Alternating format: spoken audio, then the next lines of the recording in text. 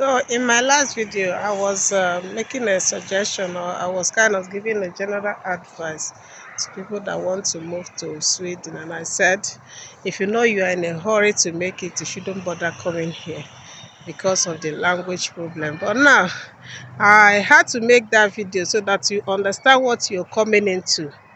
Then I got a few reviews from friends.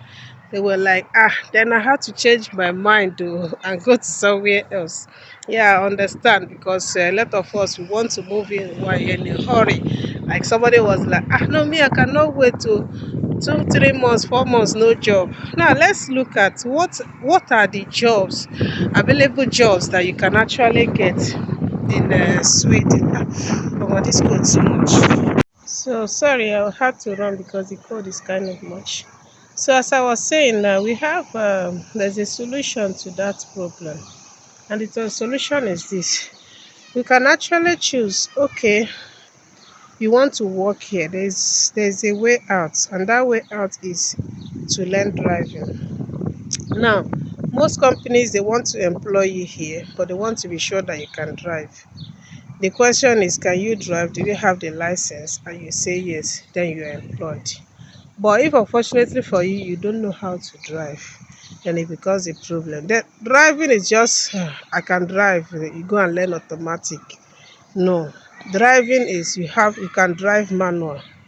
Yeah. So most of the available jobs, they require that you can drive and that you can drive because I see now that I go to the job site and I try to see most of these jobs that requires driving, that you have a driver's license.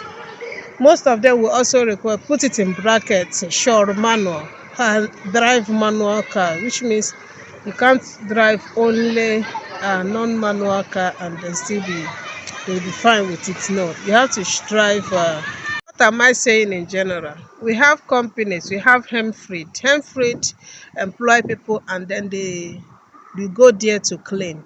And then we have companies like Foodora. Foodora is a food delivery company and they do a lot of deliveries. But their work is just drive to the place, maybe houses or companies or any place you have to deliver the food, and then you deliver them. Now, in this case now, not just Foodora, we have PostNord. That one is a Swedish company. They deliver mails, your letters to you at home. But you need to know how to drive. Then we still have different companies, cleaning companies, like we have one that is called Hello Clean. But these companies, they want you to have driver's license. Now, with your license, they will be able to employ you. Now, when they have employed you, they may not consider your language because of that driving. But for me, I will advise that it's not just kinye moto ko kenyawa moto. No, try and get that your license, but not automatic, because here if you are driving automatic, you stay in automatic, you cannot drive manual.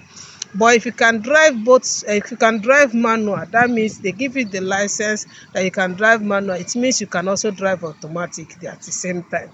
But if you have a license that is only for automatic vehicles, then you can't drive manual. So what am I trying to say here? Go now, start to learn how to drive if you don't know. If you know already that and you feel like, oh, okay, it's only manual that it's only automatic I can drive, go and know how to learn how to drive manual. Now, so that when you come, you have a big opportunity. Like the company may have manual car, but you have automatic license. It means you are going to start afresh because there is nothing like, okay, let me just switch. No, you have to start the journey from beginning. You understand? But if you have manual, you can just go to the driving school. They have a lot here. You go to the driving school. When you get there, you tell them you want to get a driver's license. They will ask you if you have driven before, if you know how to drive and all that. You get some lessons. Those lessons are not for beginners.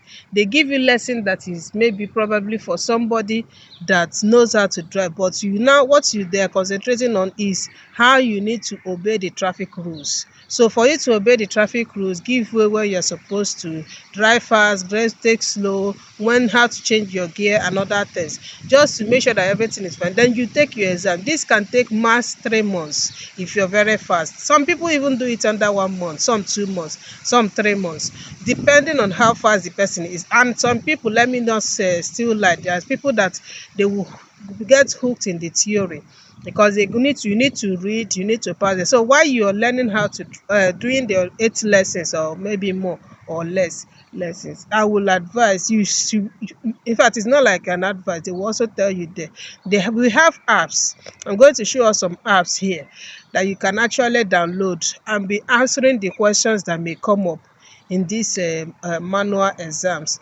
And then there, apart from the apps, they have books that you can borrow, but that one is when the person is here that you can borrow the books. Otherwise you can learn the one in the app, do the test in the app. Of course you can drive, but there are some rules that you need to obey: who to give right, who has the right, when to slow down, when this, in fact when the road is 30, run 30, when it's 40, run 30, run 40.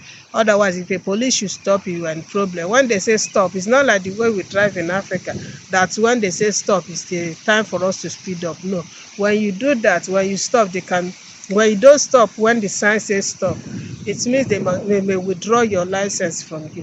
So these are basic things. This is one of those things that I feel like, yeah, this will make you be able to get job easily without considering that language that you're going to learn. While you're doing in that 3 months, while you're learning how to do, when you're trying to get your license, you are also putting your eyes in other jobs, submitting applications. It will help you to be faster. You know, sometimes I think I have a friend, they just interviewed us with English. Now she doesn't even have a car, but in her own case, she was giving them some conditions. So you don't go there to tell them that I have a sick mother that I'm taking care of, or I have my brother just had an accident. He's very sick. I take care of him. When they ask you, can you work in the night? And then you start giving put yourself in their condition, in their own shoes too. Like you want to employ somebody, and somebody said, okay, I can work both day and night. Then somebody said, I can only work day, and nights I cannot work. But you now you are looking for somebody that can work day and night. What will you do? Will you say, okay, out of sympathy, you want to risk your own company to employ the one that is not competent or not okay, not qualified for that job? Of course, you want to employ the person that is most qualified for the job. So this is one of the tips for you to be able to get a job without that language that we have spoken about. So it will now make it easy for you to come in here, get your job, and then move on. Abeg, this code is too much. I will not lie. Later, please see you in my next video. Bye.